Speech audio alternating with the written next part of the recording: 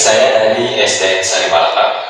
Di sini saya akan mempresentasikan hasil review buku, yaitu review bisbol dari buku yang berjudul Melatih di Bukit Sunyi. Untuk penulisnya sendiri yaitu ada Dr. Eko Wiono, kemudian penerbitnya ada Cipta Anugrah. Bisbol ini yang pertama, dalam cerita ini kapan terjadinya cerita ini, yaitu ketika libur caturwulan atau kalau sekarang itu mungkin libur semester ya. Kemudian siapa saja tokoh atau pemeran pada cerita Melatih Bukit Sunyi ini? Yang pertama ada dia sebagai tokoh utama. Kemudian ada Lala, Nita, Zahro, Sumina, Wiwin, Santi, Buyayun, serta tokoh-tokoh pendukung yang lainnya. Lalu apa atau cerita ini menceritakan tentang apa? Yaitu menceritakan tentang seorang anak yang bernama dia, yang merupakan pindahan atau anak baru. Namun dia memiliki hobi atau dia memiliki kesukaan di bidang kepelauan.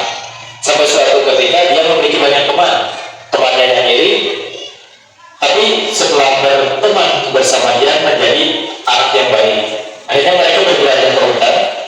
Mereka bertemu dengan seorang nenek, yaitu nenek yang sudah tua dan sudah lama tinggal di hutan tersebut, yaitu seorang nenek yang sangat mencintai lingkungan. Sampai suatu ketika mereka juga bertemu dengan sindikat narkoba.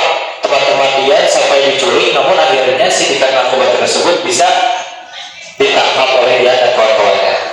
Di mana cerita ini, yaitu di Surabaya, kemudian di hutan, di sungai, serta sekolah tempat dia bersekolah. Mengapa dia sampai berpindah tempat atau berpindah rumah? Karena ayah dia yang pensiun mengakibatkan dia harus pindah rumah. Dia harus menghadapi suasana baru serta teman-teman yang baru. Kemudian bagaimana? Jadi dia adalah anak yang pintar dan memiliki banyak teman, sehingga ketika dia pindah ke sekolah yang baru, dia tidak kesulitan untuk beradaptasi. Sehingga dia pun akhirnya mengajak teman-temannya untuk mengikuti suatu ekskul atau hobi yaitu kepramukaan, dan ikut berjalan dengannya sampai di akhir cerita dia itu berhasil memberantas sindikat narkoba dan akhirnya bisa membuat si nenek yang tinggal di hutan itu bangga sampai nenek itu meninggal dunia di hutan tersebut. Kemudian hikmah atau catatan pentingnya apa? Kita harus berani membela kebenaran. Kita harus mencontoh sifat dia yang berani, kemudian tidak pernah balas dendam. Dia selalu mencoba menjadi orang yang positif.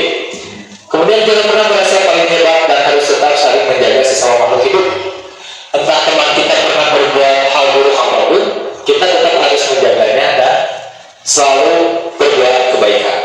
Demikian presentasi dari saya. Semoga bermanfaat. Mohon maaf apabila ada kesalahan. Wabillahi taufiq wal hidayah. Wassalamualaikum warahmatullahi wabarakatuh.